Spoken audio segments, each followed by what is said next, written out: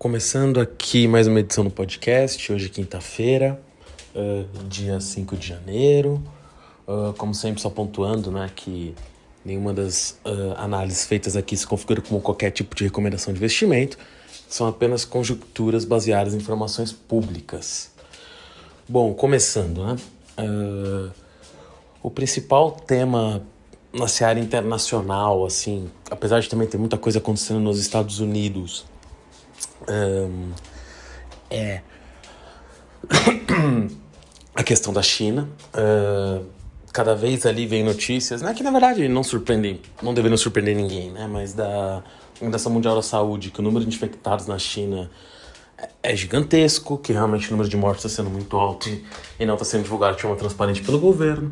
Até aí não tem muita novidade, mas o que eu acho que surpreendeu de alguma forma, e na verdade fez até as bolsas e o otimismo no mundo de forma geral aumentar no curto prazo, foi que a China tomou mais medidas para apoiar seu crescimento, que na verdade sou até um pouco curioso, porque a gente tem ali declarações de autoridades chinesas, né, que tudo estaria dando certo e que esse ano o crescimento já iria voltar. Claro, você tem que dar estímulos para um país crescer, mas a quantidade de estímulos que a China continua lançando não é de um país que, principalmente pelo fato da China estar começando a ficar endividada, está começando a ter um declínio populacional, não parece fazer muito sentido. E aí você tem duas informações que eu acho que são fundamentais para isso. A primeira é o seguinte: a China cancelou, tá? Isso para mim é a informação talvez mais importante. Acho que um pacote na faixa dos 40 bilhões de dólares, agora não lembro se era 40, 42 ou 45, tá? Mas na faixa dos 40 bilhões de dólares, que ela colocaria na sua empresa nacional de chips, era uma estatal mesmo chinesa, e que inclusive com essa guerra tecnológica entre Estados Unidos e China, era uma empresa fundamental para o desenvolvimento chinês, já que a China, ao menos no design de chips, né, já que a montagem final é feita por outras empresas, a Intel também faz montagem, mas hoje a principal empresa que faz montagem de chips é uma taiwanesa, né, a TWMS, MC, perdão, a Taiwan Semiconductor Company. E, enfim, de toda forma, os chineses não têm essa tecnologia dos chips mais avançados. As sanções ali que os Estados Unidos vinham colocando na China era justamente para impedir chips mais avançados chegarem ao país. Claro que parte desses chips também, além de serem manufaturados, digamos assim, uma parte deles, até na própria China, mas uma parte na Coreia, uma parte em Taiwan, eles também têm ali outras partes do processo produtivo que são feitas por empresas japonesas e holandesas, né? Claro que elas também têm concorrência de próprias empresas americanas, mas digamos que são os maiores concorrentes. Eles também aderiram a essas sanções, embora na prática sempre seja difícil saber se essas sanções funcionam 100%, mas claro que elas dificultam sim a compra, inclusive por uma segurança de longo prazo, a China deveria desenvolver esses chips. Então, o governo chinês tirar esse tipo de investimento poderia sinalizar, não, é porque a China está chegando num acordo com os Estados Unidos. Pode até ser, mas a China não anunciaria isso, até porque é ruim anunciar que ela está abrindo mão desse investimento, não é bom. Então, até isso ser feito de maneira pública denota ali que o governo chinês não é que vai precisar de 40 bilhões de dólares, obviamente eles teriam isso no caixa, mas que eles veem dificuldades à frente e preferem colocar isso em outras coisas. Isso é um ponto de alerta. O segundo ponto de alerta, e um ponto de alerta pouco comentado, tá? No Ocidente você vê ninguém falando disso, mas é um ponto de alerta. E pelo menos ninguém nas grandes mídias, principalmente no Brasil. Falei Ocidente de forma meio ampla, mas vamos focar no nosso país, né? E quando eu digo Ocidente aqui, pensa mais em Europa, Estados Unidos, eu digo assim, de alguma forma, quem está até envolvido nessa guerra comercial com a China, né? A parte ocidental da Europa, digamos assim, oeste da Europa, e os Estados Unidos, né? Talvez o Canadá ali também. E apesar de não estar no Ocidente, eventualmente o Japão e a Coreia do Sul também nesse grupo. Agora, a outra notícia que chamou a atenção foi que a China anunciou ali uma queda, né, nas taxas de juros para empréstimo para construção de novos imóveis em cidades nas quais não houve grandes vendas de imóveis nos últimos anos. A princípio a medida até pode ter sentido, mas ela chama atenção porque a gente teve todos os problemas no começo do ano de construtoras chinesas com risco de quebrar, né? O mundo inteiro com medo que o mundo ia acabar porque as construtoras chinesas iam quebrar. O mundo não acabou, mas na verdade esse problema nas construtoras chinesas se deu em parte porque elas estavam altamente endividadas e a China estava deixando isso ocorrer. A China depois colocou controles rígidos justamente para tentar impedir que essas empresas quebrassem. Desculpa, não impedir que elas quebrassem, mas assim, de forma a impedir que elas continuassem se endividando e que uma quebra contaminasse todo o sistema. O curioso é que agora há pouco tempo, até por causa da crise, a China voltou atrás com isso, ou seja, não flexibilizou exatamente as mesmas regras, mas acabou permitindo que essas empresas pudessem sim voltar a correr um pouquinho mais de risco, de alguma forma, né? E agora ela baixa esses juros, permitindo mais construções, que tudo bem, gera um emprego, mas como eu já disse aqui várias vezes, o PIB chinês é desproporcionalmente na construção civil. E todo mundo viu o que aconteceu quando os Estados Unidos fez, né? Aquela desregulamentação. Não é nem por causa de desregulamentação, na verdade, mas pode ser também. Mas o que eu quero dizer é, quando aconteceu aquilo nos Estados Unidos, do boom imobiliário que estourou daquela forma. Então, assim, me preocupa a China estar indo por esse caminho, porque me parece que eles têm um problema imobiliário, e o problema imobiliário chinês passa, inclusive, por imóveis vazios, tá? Já que você tinha parte da população sem condições de bancar imóveis e outra parte que comprou imóveis, mas que não tinha para quem vender, ou seja, o cara faz o investimento de comprar imóvel, mas não tinha outro comprador. Então, assim, parece que a China está alimentando ainda mais um mercado que já é uma bolha, isso tem um risco gigantesco. E o fato da China estar priorizando isso me parece porque eles não estão sabendo para onde direcionar o crescimento agora.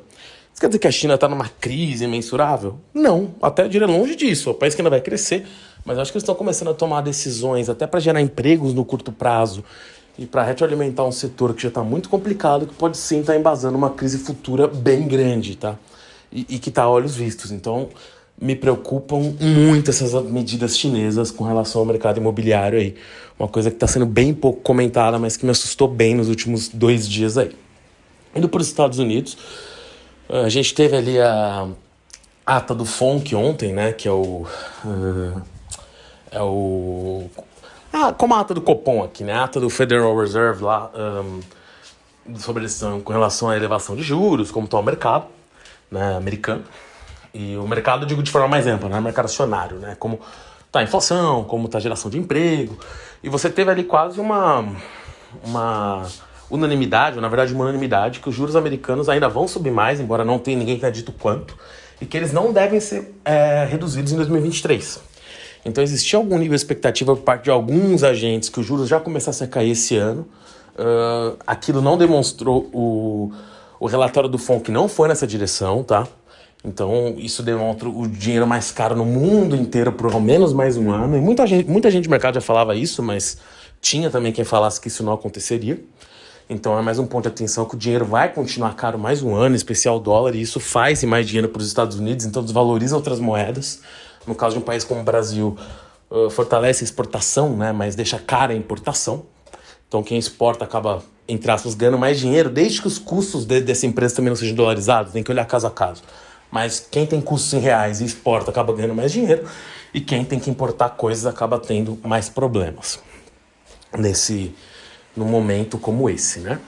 Continuando aqui, ainda nos Estados Unidos, acho que uma coisa que eu até comentei nas previsões, por isso que eu acabo comentando aqui, o OpenAI, né, que eu comentei, que até achava que ia ser a empresa do ano, já anunciou 2 coisas muito impactantes lá no começo do ano. Uma foi que pretende fazer um buscador junto com a Microsoft, possivelmente vai se chamar Bing de novo, mas tem que se ver, para competir com o Google. A OpenAI já tinha um investimento há anos, acho que em 2019, de 1 bilhão da Microsoft para ajudar a desenvolver ali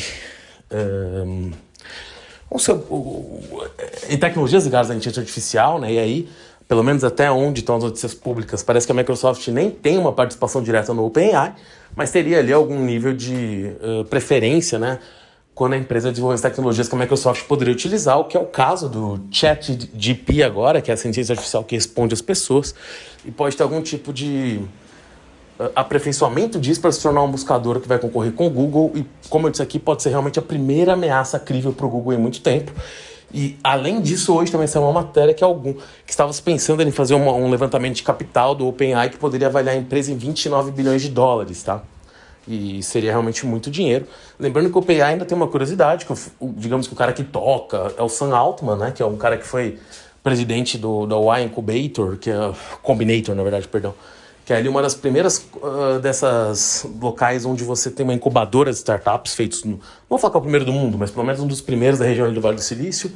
E é curioso que junto com o Sam Altman, quem também é um dos fundadores da OpenAI, fundador assim, porque a OpenAI na verdade começou com, sim, 1 bilhão desses 5 fundadores, Mas um deles era o Elon Musk. Ele saiu muito cedo da empresa, ou seja, ele não tem nada a ver com o que aconteceu hoje na empresa, ele não é acionista, porque a empresa, naquela época, nem tinha um quadro societário, era mais como se fosse uma organização não governamental para mexer com inteligência artificial, embora tivesse uma empresa embaixo.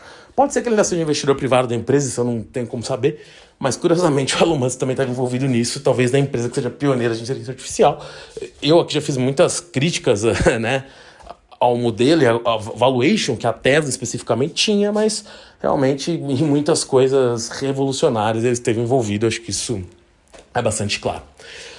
Só para terminar sobre isso, né, o mercado americano veio voltando bastante. Terminar sobre isso, eu digo sobre, já que eu falei da OpenAI, falar de uma empresa americana, rapidamente a própria Tesla, né? A gente vem vendo ali desvalorizações fortes no mercado americano nos últimos dias, em especial da Tesla. O pessoal até falou, agora a Tesla tá vindo para um valor de mercado que eu ainda acho muito caro, na verdade, mas que tá começando a aparecer um valor de carro de uma montadora, né? Antes ela tinha um valor de carro de qualquer coisa, e como eu comentava aqui, já na época ela tava naquele valor. Ela pode ter 1000 opcionalidades que ninguém tá... que outras pessoas não estão entendendo, mas elas não estavam muito claras e parecia natural que regredisse para isso. A partir de agora a empresa pode regredir ainda mais, como eu até fiz a previsão, digamos assim, de que os carros elétricos podem começar a sofrer uma campanha midiática mais forte contra, justamente porque é complicado ver os benefícios ambientais deles de forma tão clara quando você pega que eles utilizam a matriz energética do país, então o país está queimando está queimando carvão para abastecer as casas. Você coloca o carro para abastecer na tomada, você está usando carvão e o petróleo polui até menos. Ou se o cara usava gás natural, ou se fosse etanol, muito menos. Então, além da questão toda do material das baterias, que você tem minerais que a própria mineração deles gera danos ambientais altos, como o cobalto no Congo, como o lítio, que dependendo do lugar também está tendo vários problemas com liberações de minas de lítio por ter danos ambientais nisso.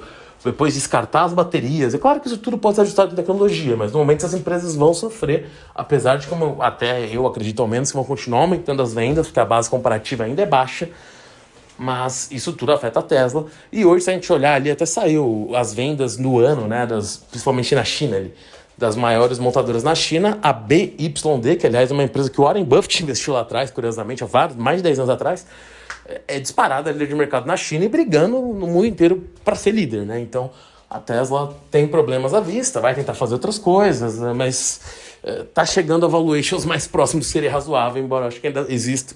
Claro que ela pode vir com novidades, pode se manter, mas parece ter um caminho mais para baixo aí ainda para frente. Embora, claro, como já caiu muito, toda empresa cai muito, tem repix, então assim, não é que ela continua caindo eternamente, mas não é difícil imaginar que ela possa valer ainda menos. Continuando uma breve passagem ali pela guerra da Ucrânia, né, eu acho que a gente teve um desenvolvimento interessante hoje, que foi, primeiro, a Alemanha resolveram mandar mísseis Patriota para a Ucrânia, que foi mísseis que os Estados Unidos só manda para os seus maiores aliados, até comentei aqui algumas vezes que são mísseis de alto alcance e poderosos, que estava tendo até alguma discussão sobre a venda desses mísseis para a Arábia Saudita, após a Arábia Saudita se aproximar mais da China. E agora a Alemanha provavelmente comprou dos Estados Unidos, né, mas vai fornecer esses mísseis para a Ucrânia, e também tanto Estados Unidos quanto a Alemanha vão mandar ali um número grande, quer dizer, um número maior do que esperado inicialmente, e aliás acho que nem se esperava isso inicialmente, né, de blindados ali, né, tanques, ou seja, equipamentos de guerra mais pesados para a Ucrânia, que até então eles não vinham fornecendo nessa quantidade, e justamente no momento em que se espera que a Rússia possa preparar algum ataque agora em janeiro, é um desenvolvimento importante, pode fortalecer a Ucrânia nesse conflito, tá? E não sei dizer se precipitar seu encerramento ou não, mas é um desenvolvimento muito importante. Hoje já vou ir para o Brasil agora, porque eu acho que o Brasil, por uma série de razões, né, foi o mercado que mais afetou tudo. Como eu já comentei até na outra edição, mesmo de previsões, eu fiz um comentário breve no começo, falando que eu achava ali que, primeiro, uma das coisas que fez a bolsa cair muito no dia 2 de janeiro, segunda-feira agora, foi que apenas o Brasil estava aberto. Então, claro, você teve várias coisas várias frases malditas ali pelo governo, muita confusão, muito ruído, que sempre atrapalha. Isso num dia de pouco volume, né? Sei lá, não abriu a bolsa americana, não abriu a bolsa chinesa, não abriu a bolsa japonesa, não abriu a bolsa australiana, não abriu a bolsa inglesa. Você tinha ali, sei lá, a bolsa de Portugal, da Espanha, talvez da França e da Alemanha abertas, ok, mas e sendo que os Estados Unidos é disparado o maior mercado do mundo, você não teve os mercados asiáticos, né? Então você teve a COSP na Coreia só. Então é um dia pouco usual, até em questão de volume, né? De qualquer forma, ainda que agora, por que aconteceu, Acho que a gente teve ali um nível de organização muito alto. E uma coisa que cabe aqui sempre dizer, primeiro, não me pareciam que as medidas anunciadas faziam tanto sentido mesmo. Mas a grande questão não é o que foi anunciado, que nem vem um ministro da Previdência e fala, ó, vamos rever a reforma previdenciária. Vem outro ministro e fala, vamos, sei lá, rever o marco do saneamento. O outro, vamos rever o marco das ferrovias. A grande questão aí, claro que um monte de gente vai falar, pô, vai rever os marcos, acabar com o progresso, mas outros acham que não é progresso. Isso tudo pode ser discutido e acho que é uma discussão boa, mas no momento inicial que o ministro fala uma coisa dessas, o pessoal reclama, o mercado tá caindo, o mercado é mau. Não, é como quando você vê a chuva. Chega um cara e fala, olha, você mora na sua casa, pra você continuar nela, eu alugo uma casa, vem o dono e fala pra mim, olha, a casa tem um problema estrutural, se não reformar vai cair, você continuar morando nela, você faz a reforma e depois eu te pago, tá, mas quanto custa? Puta, não sei quanto custa, então você vai ter que fazer um orçamento, ver quanto custa, pra aí você decidir se você ficar na casa ou não. Digamos que a situação do Brasil, uma comparação é esdrúxula, mas dá pra entender, é essa. Chega um monte de gente falando que vai reformar um monte de... vai mudar, várias reformas foram feitas. Ok, a gente pode até discutir no mérito se é certo ou errado, mas tudo bem, anunciei que vão mudar. O que faz o investidor? E quando o investidor fica, o mercado, a família branca, não sei o quê. Cara, a maior parte dos investidores no mercado brasileiro nem brasileiros são. Então, e não são pessoas físicas, são fundos, que é o fundo de professores da Califórnia, o fundo do estado de Ontário, fundo japonês, dinheiro de tudo que é canto. Mas tudo bem. Voltando aqui para a coisa que acontece em si. O cara está comparando, se ele investe na China, porque principalmente no caso de um mercado emergente, ele compara com China, com Rússia, agora a Rússia está meio complicada, mas com Turquia, com Argentina, com a África do Sul, com Índia. Ele pode, dependendo do tipo de fundo, ele compara até com os Estados Unidos, que, enfim, aí a comparação é mais desigual. Não é porque o país é melhor ou pior, é porque lá ele tem muito mais empresas listadas para investir. Ele tem 50 vezes mais empresas para analisar. Com a Austrália, quando você pensa em mineração, com o Japão, dependendo, com a Coreia do Sul. Então a competição é mundial. Claro que fica mais em emerging markets, mas dependendo do tipo de fundo, você tem concorrência até de países, entre aspas, desenvolvidos. O que acontece aí, né? Uma coisa é eu saber, olha, eu tô entrando no Brasil, a legislação é tal, a coisa é tal, o custo é tal, eu acho que essa empresa vai bem aqui ou não. Ponto. Outra coisa é, não, eles estão mudando toda a legislação, eu não sei mais o que é aplicável lá, o que é aplicável aqui, eu não tenho como fazer conta. Então a primeira reação é vender. Pode reclamar, xingar, uma coisa é o cara falar, não, eu quero mudar essa regra da reforma da Previdência que mudou, sei lá, a aposentadoria de tal tipo de trabalhador. Pode entrar no mérito se é bom, se é ruim, mas quanto isso vai custar por Estado? Tá, esse dinheiro vai sair da onde? Acabou. Quando eu digo acabou, assim, não é que isso é bom ou ruim, mas ela tem a conta. Sem a conta, eles vão vender. É meio simples assim. Mas o mercado é mau, vai fazer conta e vai vender. E pode, inclusive, estar muito errado. Isso que eu digo, né? Esse é o problema. O problema é ruído. Tanto que isso é ruído que no Twitter estão xingando o mercado, mas o que o Lula, que é o presidente da República, fez é chamar a reunião e falar, ministros, vamos parar de falar sem falar com o presidente. Cada um falou uma coisa, sem base, sem previsão, sem nada. Então, assim, o ponto ali não é que medida... Eu aqui tô falando agora, claro que quando as medidas forem tomadas, eu posso analisá-las individualmente. Mas enquanto elas estão no campo das ideias, sem nem previsão, nem tamanho, nem nada, é ruído. Que, aliás, também acontecia muito no governo anterior. A Bolsa caiu muitas vezes assim também lá.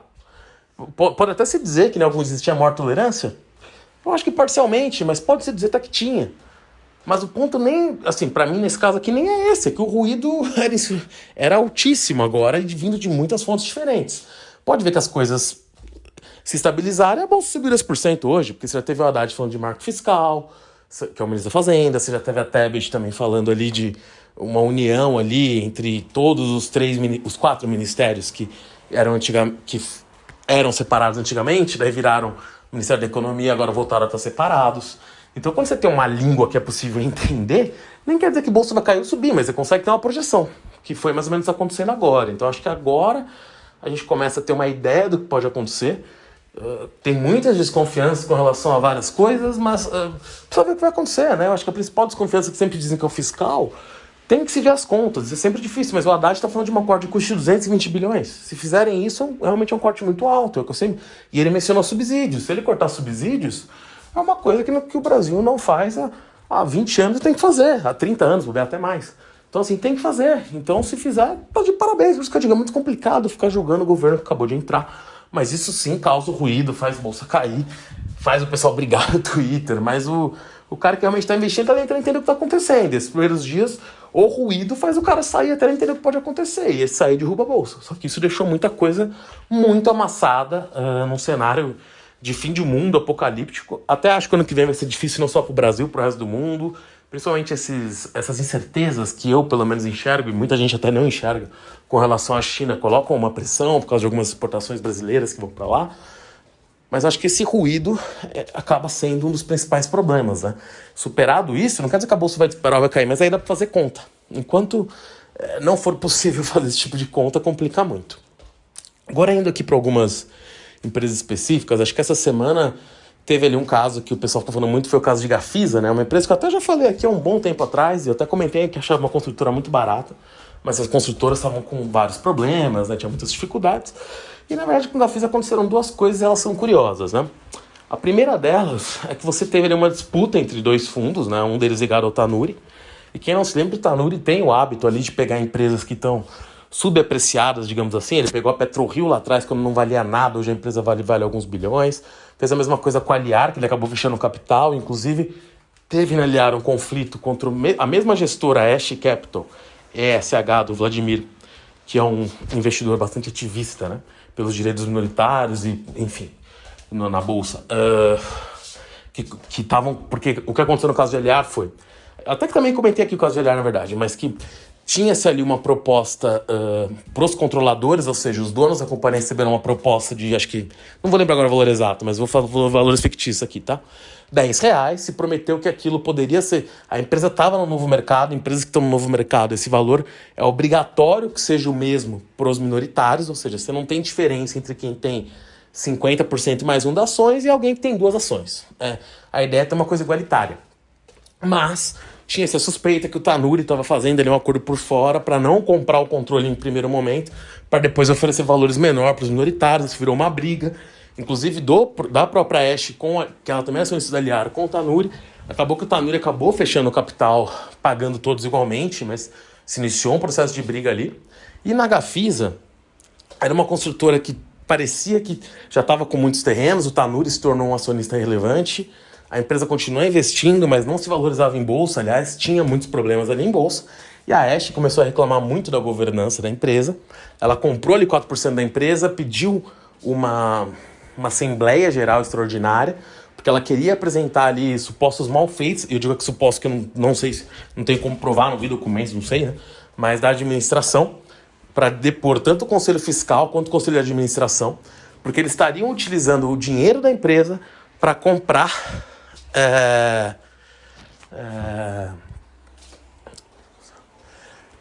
para comprar ali terrenos ligados ao Tanuri, ou seja, o Tanuri, que era o maior acionista da empresa, teria chamado um aumento de capital, porque a Gafisa fez excessivos aumentos de capital, e na verdade esse chamado de Assembleia Geral Extraordinária por parte da Ash foi para questionar isso. Olha, ele chamou esse Assembleia Geral Extraordinária porque tinha desconfiança que o Tanuri teria chamado... Não o Tanuri, né? Mas a empresa, supostamente a mando do Tanuri, teria chamado mais um aumento de capital para pegar esse dinheiro e comprar terrenos ligados ao Tanuri. Então vamos supor, o Tanuri estava com terrenos encalhados, ele é acionista de uma incorporadora, ele fala, manda a incorporadora fazer aumento de capital, captar dinheiro no mercado de terceiros e comprar os meus terrenos que eu não consigo vender para ninguém. Aqui eu estou exagerando, mas a ideia era mais ou menos essa. O que aconteceu com isso? Começou-se uma briga judicial e dentro da empresa para se chamar Assembleia.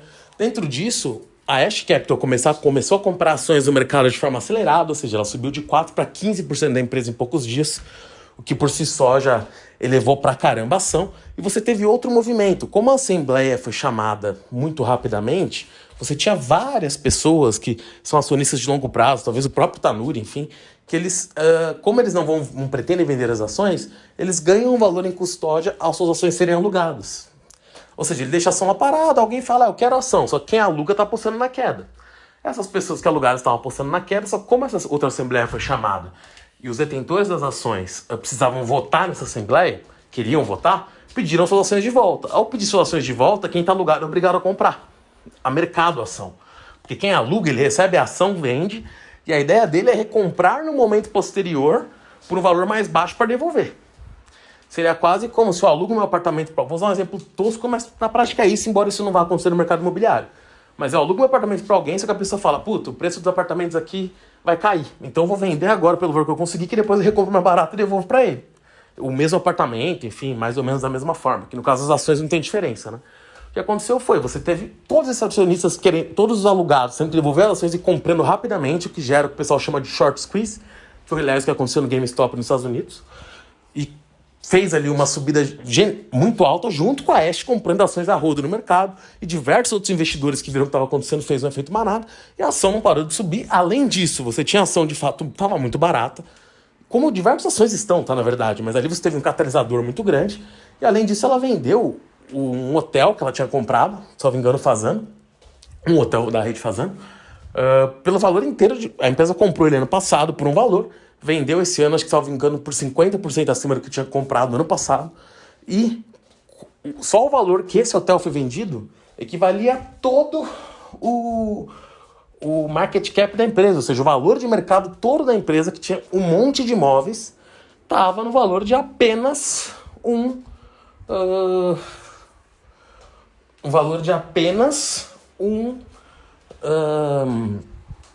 hotel que ela vendeu, né? Que ela vendeu agora, ou seja, claramente estava desbalanceado. Mas isso é o caso, que eu digo, de várias construtoras da B3. Então, tem a teoria, a Gafisa estava muito barato, hoje os caras, vi até pessoas aí em grupos no Twitter, eu conheço várias empresas assim. Mas tem diversas empresas assim, às vezes elas ficam anos assim porque você não tem um catalisador.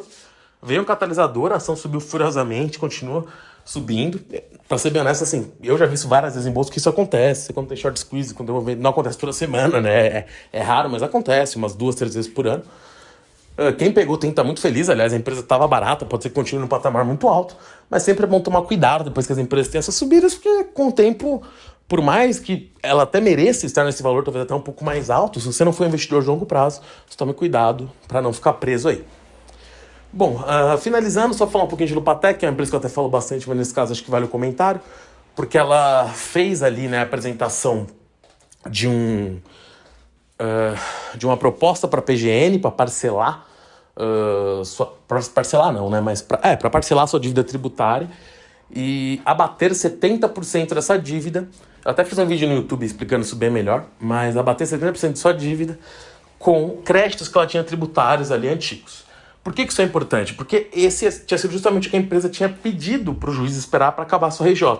O juiz nem tinha que esperar isso para tirar a empresa de RJ, tá? Mas o fato é que a forma que a empresa pediu isso, a forma que o administrador judicial levantou outros dados solicitados pelo juiz, acabou que essa situação se prorrogou até o recesso, então o juiz não tirou a empresa de RJ, mas agora com esse cenário com a PGN, ainda não está 100% resolvido, mas muito próximo da resolução, e o próprio juiz não é obrigado, na verdade, a esperar essa resolução, embora a empresa estar em RJ tenha ajudado ela nos termos de negociação com a PGN, parece muito provável que a empresa saia de RJ, tenha o desconto da PGN para essas dívidas tributárias e está num cenário que é o maior número de licitações da Petrobras recente já visto. Tá? A empresa que vende principalmente válvulas para a Petrobras, para a indústria de petróleo e gás, mas o principal cliente disparado é a Petrobras.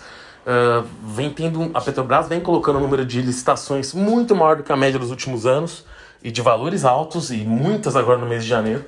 Então a empresa está naquele cenário que você vê muitas coisas alinhadas para o valor de mercado dela parecer simplesmente ridículo, porque ela tem o caso de Gafisa, só que junto com o catalisador, assim como o Gafisa acabou tendo, no caso de Gafisa um catalisador externo, nesse caso você tem diversos contratos, e a venda também de um hotel, perdão. E aqui você tem diversos contratos para entrar, somados à saída da RJ. E mais esse acordo. Então, e todas essas coisas devem acontecer, não há uma certeza, mas tendem a acontecer entre janeiro e fevereiro. Então, como eu já disse, aqui na recomendação de investimento não é nada disso, mas você tem catalisadores ali apontando que pode ser um momento de valorização muito espremado para a companhia, que por ter um float, né, um número de ações disponíveis pequeno, quando sobe com muita força. Quem acompanha ao longo dos anos já viu isso acontecer em outros anos com essa mesma empresa. Bom, é isso. Até a próxima edição. Valeu!